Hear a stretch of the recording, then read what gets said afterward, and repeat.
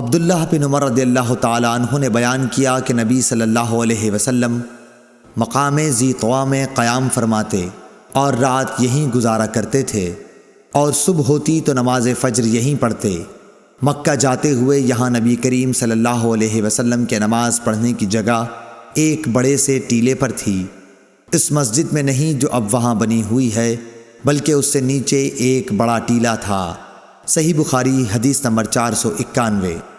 بن عمر رضی اللہ تعالیٰ عنہ نے بیان کیا کہ نبی کریم صلی اللہ علیہ وسلم نے اس پہاڑ کے دونوں کونوں کا رخ کیا جو اس کے اور جبل طویل کے درمیان کعبے کی سمت ہیں۔ آپ اس مسجد کو جو اب وہاں تعمیر ہوئی ہے اپنی بائیں طرف کر لیتے، ٹیلے کے کنارے، اور نبی کریم صلی اللہ علیہ وسلم کے نماز پڑھنے کی جگہ اس سے نیچے سیاہ ٹیلے پر تھی۔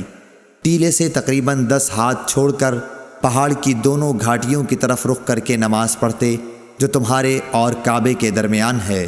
صحیح بخاری حدیث نمبر 492۔ عبداللہ بن عباس رضی اللہ تعالیٰ عنہ نے فرمایا کہ میں ایک گدھی پر سوار ہو کر آیا۔ اس زمانے میں بالغ ہونے والا ہی تھا۔ رسول اللہ صلی اللہ علیہ وسلم منا میں لوگوں کو نماز پڑھا رہے تھے، لیکن دیوار آپ کے سامنے نہ تھی۔ میں صف کے بعض حصے سے گزر کر سواری سے اترا اور میں نے گدھی کو چرنے کے لیے چھوڑ دیا اور صف میں داخل ہو گیا، پس کسی نے مجھ پر اعتراض نہیں کیا۔ صحیح بخاری حدیث نمبر 493۔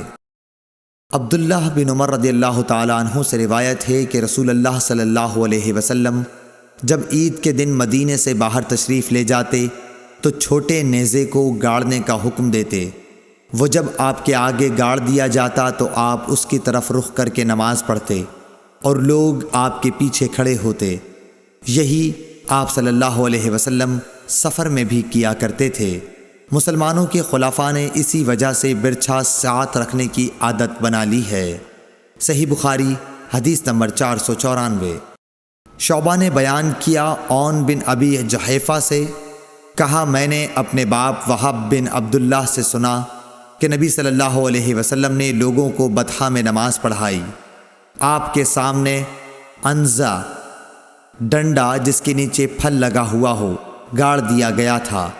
چونکہ آپ مسافر تھے اس لیے ظہر کی 2 رکعت اور عصر کی 2 رکعت ادا کیں۔ آپ صلی اللہ علیہ وسلم کے سامنے سے عورتیں اور گدھے گزر رہے تھے۔ صحیح بخاری حدیث نمبر 495۔